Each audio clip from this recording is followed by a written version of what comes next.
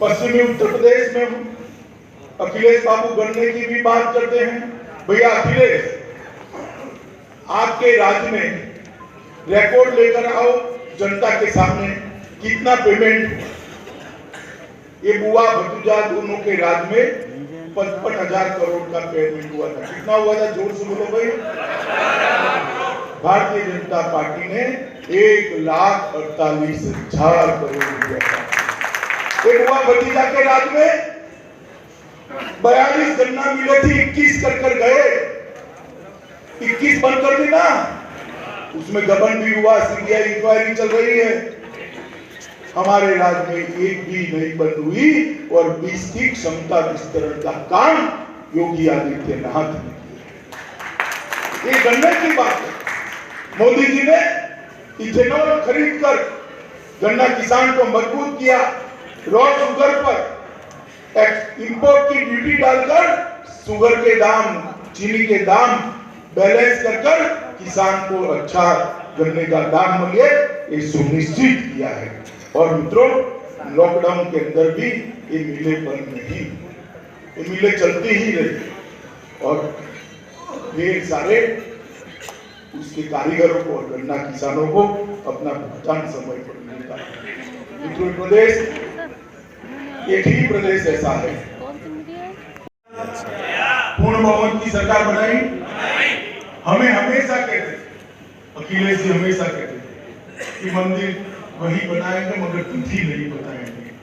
Akhilesh ji ticket हो गया है, आपको निमंत्रण है, आप भी आ जाना जब बताएंगे। 70 साल से भारतीय जनता पार्टी मांग करती थी कि कश्मीर के अंदर धारा 370 उखाड़ कर फेंक देनी चाहिए।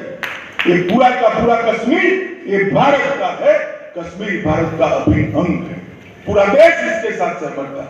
मगर धारा 370 को वोट बैंक की लालच में कोई छूता नहीं था। आपने दूसरी बार सरकार बनाई और 5 अगस्त 2019 को नरेंद्र मोदी जी ने धारा 370 को उखाड़ कर फेंक।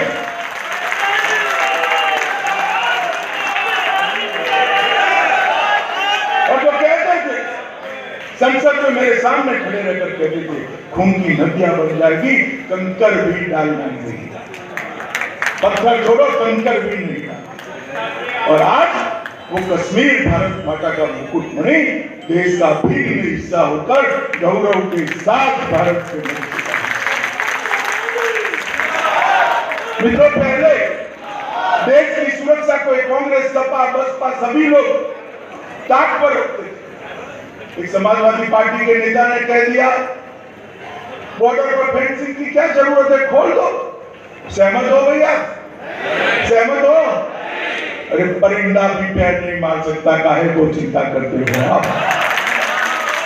एक जमाना था चाहे दिन वहां से आलिया मालिया जमालिया आते थे, हमारे जवानों के सर काट कर ले जाते थे और पैरों से रौन कर अपमानित करते। मोदी जी की सरकार बनी, उरी पर हमला किया, पुलवामा पर हमला किया। सिर्फ भारतीय जनता पार्टी देश की सुरक्षा को सर्वोच्च प्राथमिकता और देनी भी चाहिए। उत्तर प्रदेश से एक बड़ा सूबा, सीमाएं उत्तर प्रदेश की भी नेपाल से सटी हुई सीमांत राज्य, यहाँ पर भी सुरक्षा बनी रहनी चाहिए। यहाँ पर प्रशासन, कानून और व्यवस्था ठीक है। और मैं कह सकता हूँ मित्रों, हमने सपा को भी दिखा है, बसपा को भी देखा है, राहुल बाबा की कांग्रेस पार्टी को भी देखा है। ये कोई रख सकता है क्या? जवाब दीजिए जरा, कोई ये उत्तर प्रदेश को सुरक्षित रख सकते हैं क्या? देश को सुरक्षित रख सकते हैं क्या? कश्मीर को संभाल सकते हैं क्या? ये केवल और केवल नरेंद्र मोदी के नेतृत्व में भारतीय जनता पार्टी ही कर सकती है मित्रों, और कोई नहीं। आप सब ने तय करना पड़ेगा, आप सब ने तय करना पड़ेगा कि आप व्यक्ति को चुनना चाहते हो या उत्तर प्रदेश और देश को चुनना चाहते हो। आप सबने तय करना पड़ेगा कि आप पार्टी को चुनना चाहते हो या उत्तर प्रदेश और देश को चुनना चाहिए। भारतीय जनता पार्टी की सरकार ने स्वनिधि योजना में 8,80,000 रेहड़ी पटरी वाले भाइयों को मोदी जी ने लोन देकर उनके जीवन को कोरोना काल में पटरी पर चढ़ाने का काम किया। प्रधानमंत्री श्रम योगी मानधन 6 लाख से ज्यादा लोगों को दिया गया और उत्तर प्रदेश में जब कोरोना आया तब आप मानकर चलिएगा कि सबको डर था कि उत्तर प्रदेश के अंदर ज्यादातर आबादी गरीबी रेखा के नीचे है। किसी की रेहड़ी पटरी बंद हो जाएगी, किसी की ऑटो बंद हो जाएगी, किसी का कल कारखाने छोटे छोटे बंद हो जाएंगे। ये लोग खाएंगे क्या? कोई बचत तो होती नहीं। दिन का कमाकर शाम को खाते हैं। क्या होगा? मोदी जी ने 16 करोड़ लोगों को 2 साल से मुफ्त अनाज देकर उनके जीवन निर्वाह कर विश्व में कहीं पर भी चले जाइए मित्रों, कोई भी प्रांत में चले जाइए, कोई भी देश में चले जाइए, देश में 80 करोड़ और उत्तर प्रदेश में 15 करोड़ लोगों को, गरीब लोगों को खाने का अन्न नरेंद्र मोदी जी ने पहुंचाया है। मित्रों, मैं मानता हूं कि भारतीय जनता पार्टी की सबसे बड़ी उपलब्धि है और इसका आशीर्वाद भारतीय जनता पार्टी हमारे नेताओं के सर पर नहीं है, इसका आशीर्वाद ये वृंदावन और मथुरा की जनता के सर पर है। सरकार न बनाते तो कैसे होता? प्रधानमंत्री आवास योजना, गरीबों के पास घर नहीं था। अखिलेश बाबू सुन लेना, गरीबों की बात करते रहे आप, घर नहीं थे गरीबों के लिए। 42 लाख लोगों को उत्तर प्रदेश में घर देने का काम नरेंद्र मोदी सरकार ने किया है।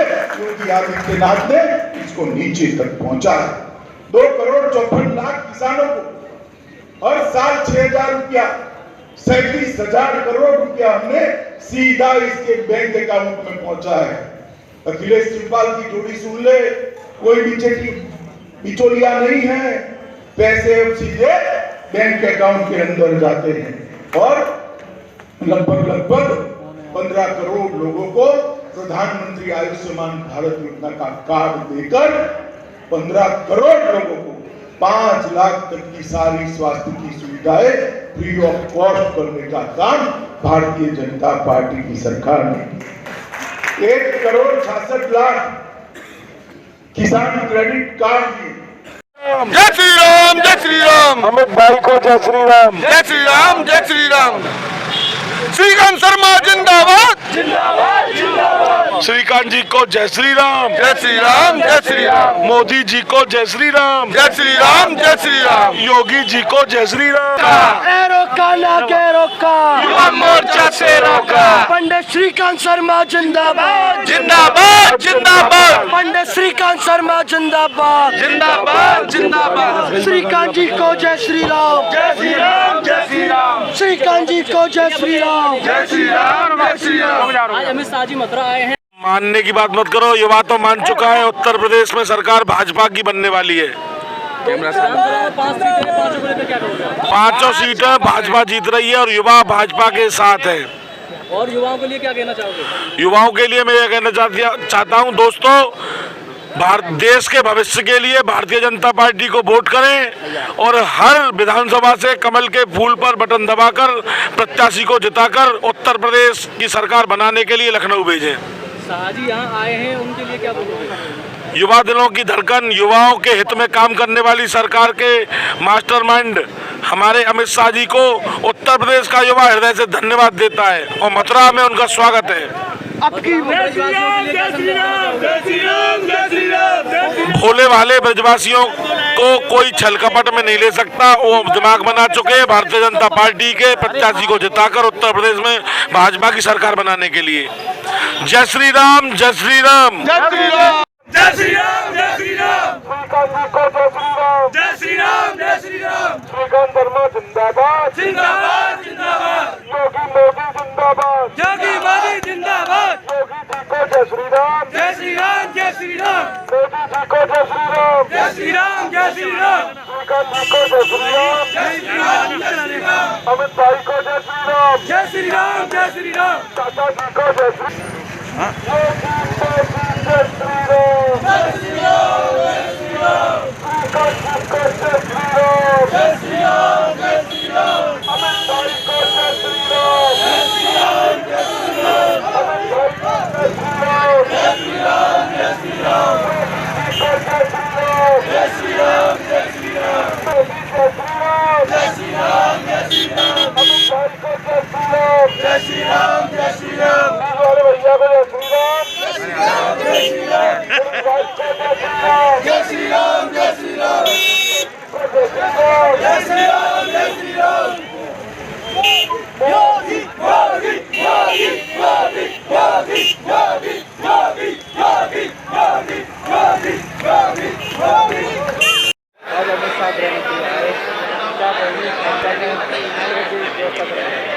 नहीं, व्यवस्थाएं बहुत अच्छी, चुनावों को लेकर यहाँ व्यवस्था चल रही है, संगठनात्मक बैठक है और साथ ही साथ चुनावों को कैसे गति दी जाए और कैसे हमारे प्रत्याशी ज़्यादा से ज़्यादा मतों से जीतें, इसकी चिंता यहाँ पे है और इसी चीज़ की चर्चा के लिए हम लोग यहाँ सब आए हैं।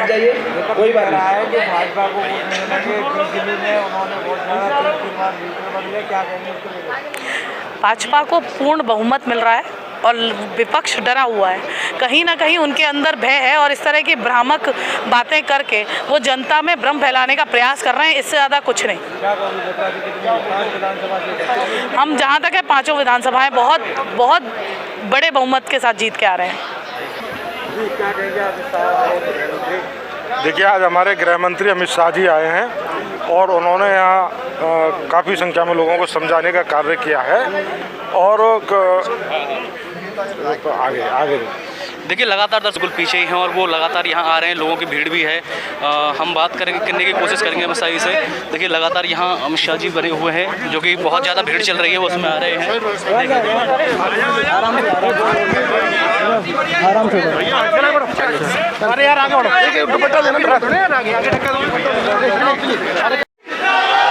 नमस्कार, आप देख रहे हैं मथुरा हलचल। मैं हूं आपके साथ गोपाल ठाकुर। जैसा कि दर्शकों, लगातार चुनाव चल रहे हैं और अमित शाह यहां पर आए हुए हैं मथुरा में श्रीकांत शर्मा की नैया पार कराने के लिए। और यहां मैं अपने साथी से कहूँगा पीछे का नज़ारा आपको दिखाएं, योगी मोदी जिंदाबाद के नारे लगातार लग रहे हैं और अमित शाह यहां अभी संबोधित किया है। सभी ने अमित शाह ने सबको बताया है। ये देखिए लोगों की भीड़ किस तरीके से लगी है और यहाँ जी जी जी जी क्या नाम है आपका? प्रदीप शर्मा। प्रदीप शर्मा, क्या मानना है आपका चुनाव को लेकर? चुनाव का मूड ये है, यहाँ पर 5 सीटें हैं मथुरा जिले में, पांचों की पांचों सीटें बड़े अंतराल से बीजेपी जीतने जा रही है। जैसा कि बहुत से लोग श्रीकांत शर्मा का विरोध कर रहे हैं, तो उसके बारे में क्या कहना है? ऐसा नहीं है, विरोध सबका भगवान राम का भी होता है, लेकिन श्रीकांत शर्मा जी बहुत बड़े मार्जिन से जीतने जा रहे हैं। सबसे बड़ी जीत पहले भी हुई थी, 1.5 लाख वोटों से वो जीते थे, इस बार भी उनकी बहुत बड़ी जीत होने जा रही है। तो अब अमित शाह यहाँ पर आए हैं, अब डोर टू डोर कैंपेन करेंगे, उसके बारे में क्या कहना है? उसके बारे में ये कहना अच्छी बात है। वैसे हम श्रीकांत शर्मा जी के कार्यों से ही प्रसन्न है, लेकिन वो आए हैं तो और ज्यादा उनकी जीत में 4 चांद लग जाएंगे। मथुरा वृंदावन विधानसभा में 5 सीटें, उनको लेकर क्या कहना है आपका? पांचों की पांचों, पिछली बार 4 जीती थी भारतीय जनता पार्टी ने, इस बार 5 विधानसभा सीट भारतीय जनता पार्टी जीतेगी और मथुरा वृंदावन विधानसभा तो ऐतिहासिक जीत की ओर बढ़ रहे हैं। जैसा कि लगातार मथुरा में कई जगह देखा गया कि श्रीकांत शर्मा का बहुत ज्यादा विरोध हो रहा है। श्रीकांत शर्मा जी ने जो विकास किए हैं वो 70 साल में किसी ने मथुरा के लिए नहीं किए। जो जमुना जी को शुद्धिकरण की बात किया करते थे, वो सीवर लाइन तक मथुरा में नहीं बिछा पाए। ऐसे नेता और बोलते हैं कि यमुना शुद्धिकरण करिए, अरे आप सीवर लाइन तो बना नहीं पाए। आज पूरे शहर में सीवर लाइन बन रही है, जिससे यमुना मैया में गंदा पानी ना जा सके। जैसा कि आपका क्या मानना है? क्या नाम है आपका? मेरा नाम नारायण दास है। नारायण दास जी, क्या मानना है आपका मथुरा वृंदावन विधानसभा को लेकर के? मथुरा वृंदावन पहले 1 लाख से जीती थी, अब 1.25 लाख से जीते। अब 1.25 लाख से बिल्कुल जीतेगी। और उत्तर प्रदेश में 350 प्लस होने जा रहा है, सब देखते रह जाएंगे। इस विधानसभा चुनाव में पांचों की पांचों मथुरा की सीट बीजेपी की होंगी। जैसे गठबंधन की सरकार भी शायद गठबंधन में अभी जोड़ तोड़ ही नहीं लग रहा है, उन्हें अपनी टिकट के लिए कैंडिडेट ही नहीं मिल रहा है। कोई कह रहा है समाजवादी का कैंडिडेट आएगा, कोई कह रहा है कि जो है उसका रालोद का कैंडिडेट आएगा। ये पहले अपने झगड़े ही सुलझा लें। इन लोगों की जो बड़े बड़े नेता हैं, दल बदल हुए, भाग भाग के जा रहे हैं, इनकी जमानतें जब्त होंगी। ये अपनी जमानतें नहीं बचा पाएंगे जो भाजपा को छोड़ के जा रहे हैं। इन लोगों ने सपा अपनाई है, सपा में तो बहुत हालत खराब होगी इन लोगों की, और बहुत हालत खराब है इनकी। जैसा कि दर्शकों आप लोग लगातार देख रहे हैं कि यहाँ कितनी ज़्यादा भीड़ लगी हुई है और मोदी योगी जिंदाबाद के नारे यहाँ पर लग रहे हैं और हमारे साथ और जुड़े हैं। क्या नाम है आपका? राजेश गोस्वामी। राजेश गोस्वामी जी, क्या मानना रहेगा आपका इन चुनावों को लेकर के? इन चुनावों सीट तो ऊपर सीट जाएंगी, 350 तो पार जाएगी ऊपर। गुंडागिरी मेरा मानना ये रहेगा पूरा व्यापार कि जो बाबा की सरकार है, जो आने वाली जो सरकार थी वो अपने परिवार के लिए जीती थी, और ये योगी सरकार है 33 करोड़ जनता के लिए जीने वाली सरकार है। अब गुंडागिरी खत्म, अब गुंडागिरी नहीं हो रही है। अब आज का व्यापारी स्वतंत्र हो रहा है। फूल को खिलाना है, योगी मोदी को जिताना है। फूल को खिलाना है, योगी मोदी को जिताना है। गरीबों के लिए पैसा भी दे रहे, मकान बनवाने के लिए। हाँ, हमको भी मिला है, मकान बनवाने के लिए मिला है। महीने में 2 बार मिल रहा है। गरीब खाएगा इनको, गरीब को राशन मिल रहा है, पैसा मिल रहा है, मकान मिल रहा है, और क्या चाहिए? तो अब की बार किसकी सरकार? अब की बार मोदी सरकार, अब की बार योगी सरकार, अब की बार फूल की सरकार, योगी सरकार, योगी सरकार, योगी सरकार। जैसा कि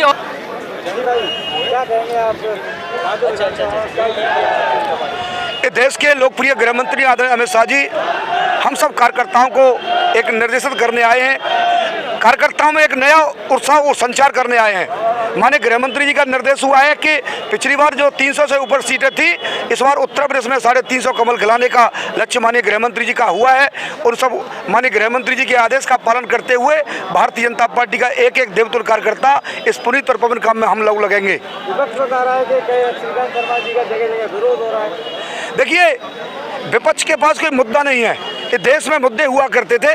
भारतीय जनता पार्टी की सबसे सरकार इस प्रदेश में आई है, तब से इस प्रदेश में मुद्दे खत्म हुए हैं। और मेरा अपना मानना है कि उत्तर प्रदेश के ऊर्जा मंत्री आदरणीय श्रीकांत शर्मा जी ने इस उत्तर प्रदेश को एक नई पहचान दी है। जो उत्तर प्रदेश अंधकार का प्रदेश माना जाता था, जिस उत्तर प्रदेश में बिजली कभी आती नहीं थी, आज उत्तर प्रदेश में माननीय ऊर्जा मंत्री जी के नेतृत्व में गरीब की झोंपड़ी को भी रोशन करने का काम इस प्रदेश के ऊर्जा मंत्री आदरणीय श्रीकांत शर्मा जी ने किया है। और विरोधियों के पास कोई मुद्दा नहीं है। मैं कह रहा हूँ, विरोधियों में बौखलाहट मच गई है। इस प्रदेश के ऊर्जा मंत्री जी ने इतना काम इस मथुरा जिले में किया है, मथुरा वृंदावन विधानसभा में किया है कि लोग हमको विकास के आधार पर बड़ी बहुमत के साथ वोट देने जा रहे हैं। क्या कहना रहेगा आपका? देखिए, आज जो लड़ाई है धर्म और अधर्म के बीच की लड़ाई है। आप किसका साथ देंगे ये आप पर डिपेंड करता है। आज की सच्चाई ये है कि एक तरफ तो ये धर्म जो योगी जी हैं और एक तरफ अधर्मी जो बिल्कुल ही ऐसे कार्य कर रहे हैं। तो पहले आज देखो, सनातन संस्कृति की जो स्थापना की गई है, जो योगी सरकार द्वारा की जा रही है, और विकास कार्य किए जा रहे हैं। जिस तरीके से विकास कार्य किए गरीबों तक पहुँचा जा रहा है, अंत्योदय तक हर आदमी को राशन, हर आदमी को सुविधाएं मिल रही है। रात को महिलाएं सुरक्षित हैं, बाजार व्यापारी रात को 11 बजे तक दुकान खोल रहा है। तो ये तो धर्म और धर्म की लड़ाई है। जो योगी जी के साथ है वो हम अपील करेंगे कि योगी जी का साथ दें, दोबारा से सरकार बनाएं। जैसा कि लगातार आप लोगों को हम दिखाते आ रहे हैं और हमारे साथ शास्त्री जी जुड़ चुके हैं। जी शास्त्री जी, अपना परिचय देते हुए आप। डॉक्टर मनोज मोहन शास्त्री मेरा नाम है, भागवत का प्रवक्ता हूँ। और आज अमित शाह जी की जो यहाँ पर एक गूढ़ बैठक हुई है, उसमें गूढ़ तत्वों को निकाल करके दिया है। और ये सब जितने भी लोग हैं आज उसी भावना से यहाँ पर एकत्रित हुए हैं। और 10 तारीख को जो महापर्व है मतदाताओं का, उसके लिए हम लोग कटिबद्ध हैं। जैसे मथुरा वृंदावन विधानसभा में आप 5 सीटें हैं, इनको लेकर क्या मानना है आपको? अरे भाजपा के अलावा और है कौन भैया? और भी तो है विपक्ष में। अरे विपक्ष में तो रहेंगे। ये तो लोकतंत्र है। अभी कल गणतंत्र बना के चुके हैं, अब लोकतंत्र है। पक्ष और विपक्ष में ही तो सबरी जो मंथन हुए। ब्रजवासियों के लिए क्या संदेश देना चाहोगे? ब्रजवासियों के ताई संदेश एक ही है कि भाजपा है तो हम सब लोग सुरक्षित हैं। ऐसा है, ये तो चलता रहेगा। ये अयोध्या, काशी, मथुरा हमारे मानबिंदु हैं। और यदि ये भाजपा सरकार है, यदि माननीय मोदी जी हैं, माननीय योगी जी हैं, तो दृश्य परिवर्तन हुआ और आगे की भी आशाएं हैं। निश्चित रूप से राष्ट्र मजबूत हुआ, धर्म मजबूत हुआ, हिंदुत्व मजबूत हुआ, कानून व्यवस्था, मतलब सबका साथ सबका विकास करके नहीं दिखाया है। पहले लोग तुष्टिकरण के नाम पर कुछ लोगों का विकास और विश्वास करते और लोगों का हनन करते थे, उत्पीड़ित करते थे। आज सभी लोग इस आशा के साथ में कि यदि ये लगातार जो भगवान की कृपा हुई तो और जो हमारे जो गुलामी के कलंक लगे हुए हैं, जो हमें जो है हमारे नासूर बने हुए हैं, उनका भी निराकरण होगा। और भारत अपने विश्व के सिंहासन पर विराजमान होकर के हमारे जो पूर्वजों ने जो परंपराएं स्थापित की, उनका डंडों घोष से जय जयकार होगा। आपने मंदिरों की बात की, तो मथुरा कृष्ण जन्मभूमि मंदिर को लेकर क्या मानना है? ऐसा है कि मंदिर है, कुछ लोगों ने अवैध कब्जा कर रखा है, उसका निश्चित मानिए। कानून से तो आपको पता है हम 25 मुकदमे जीते हुए हैं 150 साल से। आज भी रेवेन्यू हम रिकॉर्ड हमारे ही नाम है, टैक्स हम ही देते हैं, कहीं मालकियत में कोई कमी नहीं, ईदगाह से पूरे परिसर का। और वो देखते हैं कि वही मंदिर के पत्थरों से तो बना हुआ है, तो वो जगह मुख्य वही है, मालिक भगवान है, और निश्चित रूप से उसका भी भगवान अपने पूर्ण स्वरूप में विराजमान होंगे, ऐसा विश्वास रखिए। अभी आसपास जैसे काशी का कॉरिडोर हुआ, मथुरा का विकास हुआ, मथुरा में भी होकर के ही रहेगा। भगवान आशीर्वाद दें, और निश्चित रूप से भारत भूमि इन पुत्रों को आशीर्वाद दे करके सिंहासन रखेगी, और ये दिन हमको सुदिन जो हम पे 1000 साल से अब्बे दल से लगे हुए हैं वो निश्चित दूर होंगे, और हम सम्मान के साथ में विश्व में खड़े हो सकेंगे। आज जो 2022 में हमारी पूर्ण बहुमत से सरकार बनने जा रही है, उसको और मजबूती सरकार को देने के लिए, उसकी सुनिश्चितता को और बढ़ाने के लिए हमारे यशस्वी गृह मंत्री और सहकारिता मंत्री, हमारे पूर्व राष्ट्रीय अध्यक्ष श्री अमित शाह जी आज यहाँ पर आए थे। उन्होंने यहाँ 2 प्रकार की बैठक, एक बैठक यहाँ पर हमारी जो प्रभावी मतदाता हैं, जिनका अपने क्षेत्र में, अपने किसी विशिष्ट क्षेत्र के अंदर, अपने आवासीय क्षेत्र के अंदर प्रभाव है जिनका ज़िले में, ऐसे सभी मतदाताओं के साथ, हमारे प्रभावी मतदाताओं के साथ एक बैठक की थी। अभी दूसरी बैठक उनकी हमारे जो मथुरा महानगर और मथुरा ज़िले के जो हमारे मंडल अध्यक्ष, मंडल महामंत्री, मंडल प्रभारी और विधानसभा और जिले के जो हमारे कार्यकर्ता हैं, इनके साथ एक संगठनात्मक बैठक करेंगे। उसके बाद गोवर्धन विधानसभा के सतोहा गांव में आप घर घर जाकर के एक संपर्क का कार्यक्रम करने वाले हैं यहाँ से सतोहा गांव में, और उसके बाद उनका पश्चिम क्षेत्र में यानी कि प्रवास चला जाएगा। तो इससे बहुत तेज़ी से कार्यकर्ता में एक नया उत्साह मिलेगा, और आने वाले जो 10 तारीख को हमारा चुनाव बोला है उसमें कार्यकर्ता और अधिक ऊर्जा से और अधिक बहुमत से हम 5 सीटें जीतें। इस नाते से हमारे पूर्व राष्ट्रीय अध्यक्ष और हमारे गृह मंत्री जी यहाँ पर आए थे। बहुत उत्साह कार्यकर्ताओं में इस बैठक को लेकर के है, और उसके बल पर ही हम इस चुनाव को बहुत बहुमत से जीतने वाले हैं। धन्यवाद। ये तो भाई साहब से बात करो ना इस चीज़ की, तो अरे तो उनसे क्या मतलब है, भाई साहब से बात करो इस चीज़ की।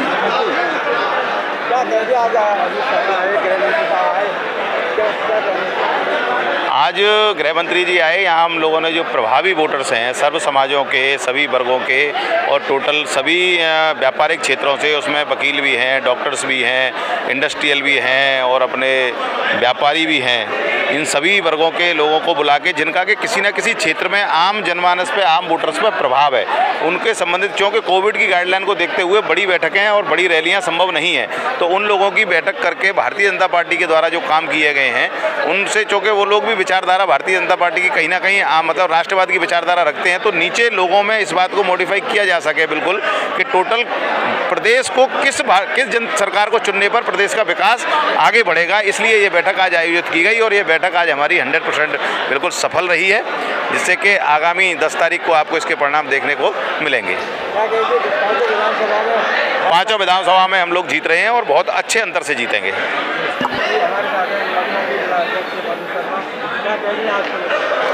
आज हमारी संगठन की बैठक हुई है, जिसमें माननीय गृह मंत्री अमित शाह जी ने हमारे कार्यकर्ताओं का मार्गदर्शन किया और उनके अंदर एक जोश और उत्साह वर्धन किया है। हम सभी 5 सीट पर हमारे कार्यकर्ता बहुत मेहनत कर रहे हैं, और आज माननीय गृह मंत्री जी के आने के बाद उनके अंदर और जोश भरा है, और निश्चित तौर पर हमने जो अपनी पुरानी हमारी लीड थी 4 विधानसभाओं पे और 5वें पे जो हमारे वोट थे, निश्चित तौर पे हम उनमें सबसे ज़्यादा और ज़्यादा पहले के मुकाबले और ज़्यादा लीड लेकर आएंगे। मैम, आपकी एक वीडियो जो वायरल हो रही है जिसमें बताया जा रहा है कि आप एक पुलिस वाले को वर्दी उतरवाने की धमकी दे रही है, विपक्ष उसको निशाना साध रहा है, उसके बारे में क्या कहेंगे आप? आपने बस उसमें एक लाइन दिखाई जा रही है जो मैं बोल रही हूँ, लेकिन एक महिला, वो जिलाध्यक्ष, वो उस एक लाइन में इतना जोर से बोल रही है, तो वो क्यों बोल रही है? हाँ, तो वो उसके पीछे का भी दिखाना चाहिए। अगर कोई हमारी सरकार में कोई सिपाही अगर वर्दी पहनने के बाद नशे में अपनी ड्यूटी करेगा, तो निश्चित तौर पर उसके खिलाफत मैं करूँगी। क्यों? क्योंकि मैं ही कह रही हूँ, मेरी सरकार में मैं ही कह रही हूँ, हम ही लोग कह रहे हैं कि हमारे यहाँ बेटियाँ सुरक्षित हैं। आज तो वो मैं लोकल हूँ, जिला अध्यक्ष हूँ, हमें जानकारी हो गई। जब बाहर से हमारे यहाँ आगंतुक आते हैं, हमारे यहाँ से जो यात्री आते हैं, श्रद्धालु आते हैं, अगर उनके साथ ऐसा बिहेव होगा तो यहाँ से बाहर क्या मैसेज जाएगा? तो अगर सही टाइम पे किसी को रोक दिया जाए तो वो मुझे लगता है ज़्यादा सही है। विपक्षी ने आपकी वो एक ही लाइन चलाई है जिसमें आपको बताया जा रहा है पुलिस वाले की आप वर्दी उतरवा दोगे, तो उसके बारे में क्या कहोगे? नहीं, विपक्ष के पास क्या है? विपक्ष के पास कोई मुद्दा है? नहीं है। थोथा चना बाजे घना। वो देख रहे हैं कि 5 सीट पर इतनी मेहनत हो रही है, पार्टी के कार्यकर्ता रात रात घूम रहे हैं, तो वो तो कुछ कहेंगे ना। उनको क्या चाहिए? उनको कोई थोड़ा बहुत मिल जाए मुद्दा कि हाँ ये आ गया, चलो इस पे बात करते हैं। लेकिन वो ये विपक्षी उस समय कहाँ थे? मैं आपसे ही प्रश्न पूछ रही हूँ। मधु शर्मा तो जब कोरोना समय था उस समय भी मधु शर्मा पूरे समय घूमती थी, चाहे वो कोटवन बॉर्डर रहा हो, चाहे हमारा हाईवे एक्सप्रेस वे रहा हो, मधु शर्मा हर समय घूमी। लेकिन वो विपक्षी उस समय नहीं दिख रहे थे, और मधु शर्मा आज भी घूम रही है, तो निश्चित तौर पे उनको कहीं ना कहीं तकलीफ हो रही है।